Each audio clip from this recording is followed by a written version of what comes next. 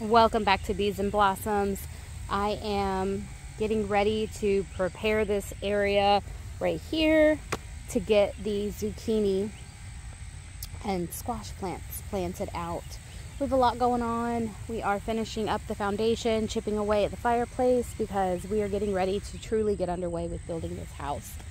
It's going to be a busy weekend and we have a lot of planting and harvesting to do. So hang out with me while I get to work on this garden space.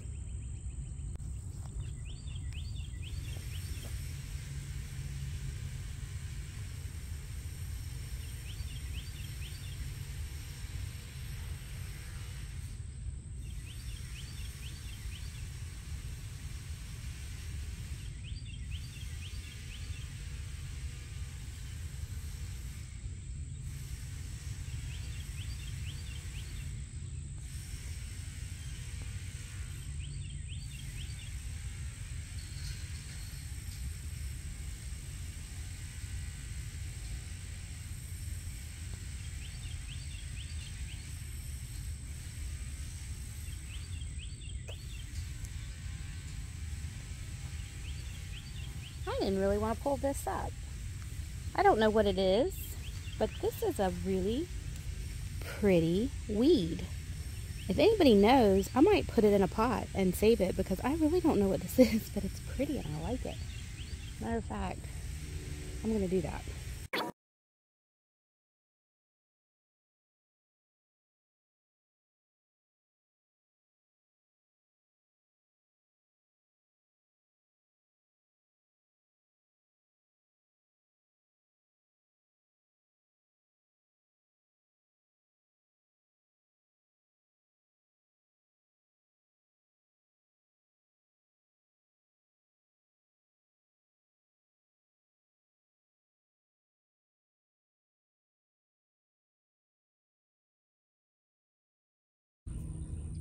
Okay, so I've gotten a lot of the weeds around this area so far pulled out. I'm not done, but I wanted to show you something.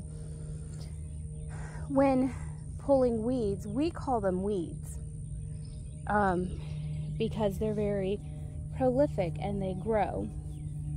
And a lot of people don't know that there are some that are beneficial. So, for example, this guy right here, him up to show you because I'm gonna dry him out. This guy here is actually known as poor man's pepper. These little seeds are very spicy, like pepper, like black pepper. So I'm gonna keep any of these that I find, and then also another one that's not very fun to harvest. I already got stung.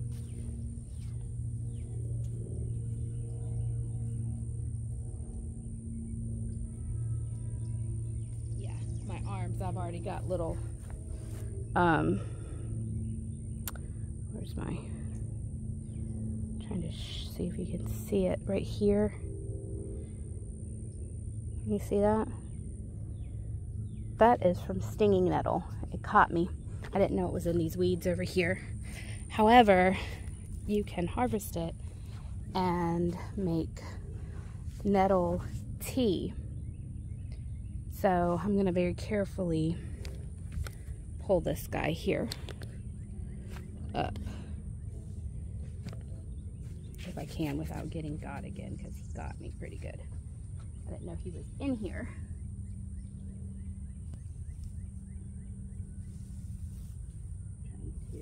This is one of the reasons I was wearing gloves, but I needed longer ones, I guess.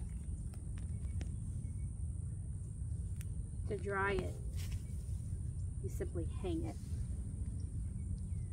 And then all of those spiky things that sting you go away. So I'm gonna go set this down. Okay, so to give you perspective, I went ahead and I did till this in. I wasn't going to, but I went ahead and tilled it in anyway. The wood chips that were on top, well, number one, they've been there since summer. Number two, they came from a pile that's been composting down since 2018. there's really not that much wood left to them.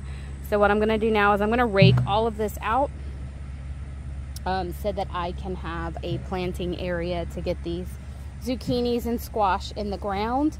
Along the fence, we are going to plant field peas.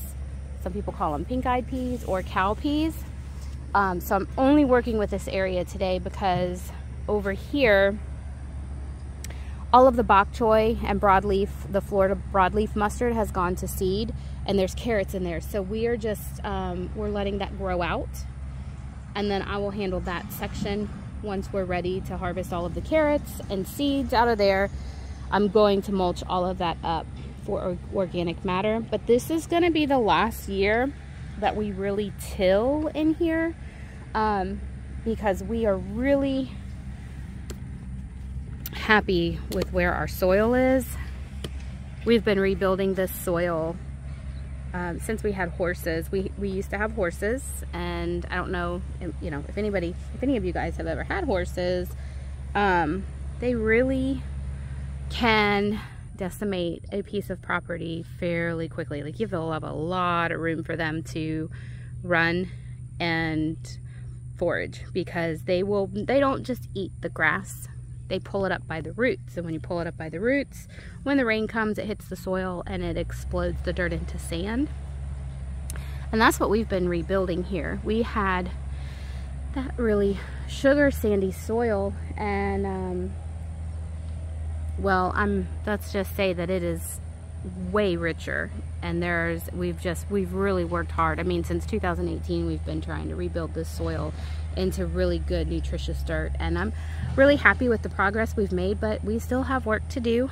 And so we're working on adding the grass and organic matter back into it so that we can eventually be completely no dig, and it's a process. But I'm gonna rake this out level, and then we will get some planting done.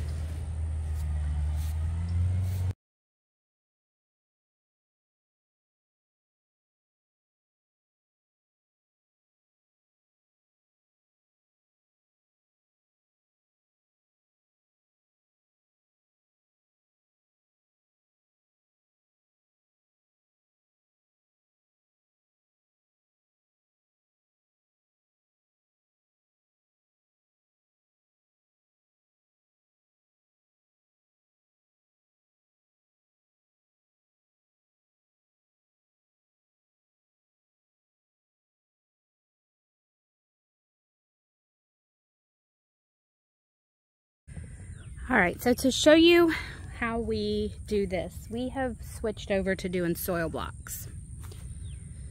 I did a video on them before. I did the minis.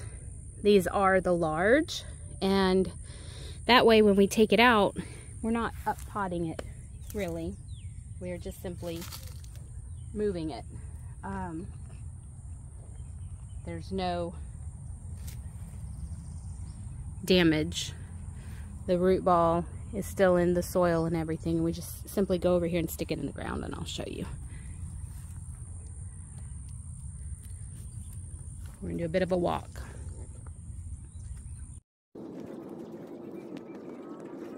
So, ooh.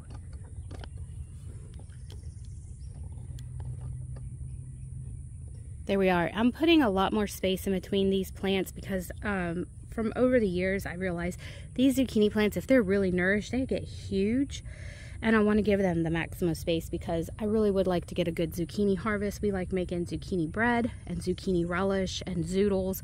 And we've really just figured out that there's a lot you can do with the zucchini. So these are black zucchini from the seeds that my dad sent me last year from Kansas. And we got a really good harvest off of them, and these guys are really doing well. So I'm going to go ahead and get these in the ground. We'll finish planting out the zucchinis, and then we'll regroup and see what else we're going to put in here. I have beets I have to get in the ground too, so we'll see how we're going to do that. And then I want to show you the bees that are all over this broadleaf mustard over here. So let me get these in the ground and I'll show you the bees.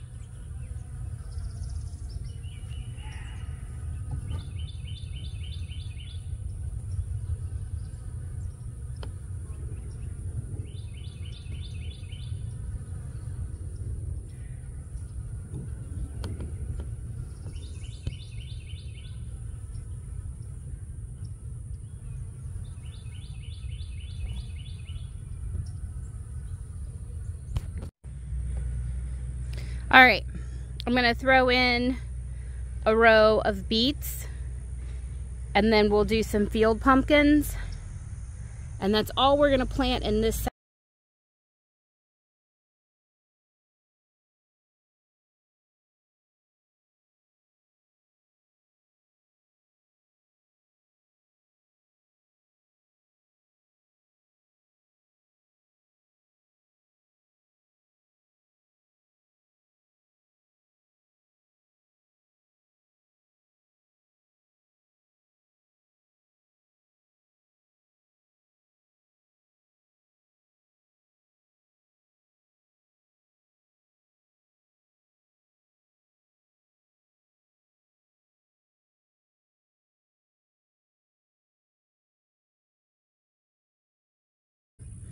Look at that. Sometimes you gotta get dirty, but I'm pretty happy with that. Last thing I'm gonna do is water everything in pretty good, and I think I'm gonna call it a day because I gotta get ready for an outdoor movie at church. So I will pick this up. Yeah, here's what we'll do. I'm gonna wrap this video here, and we'll do a garden update tomorrow. So thanks for hanging out with me, guys, while I worked and tilled and got red and sweaty in the garden, and I'll see you on the next video.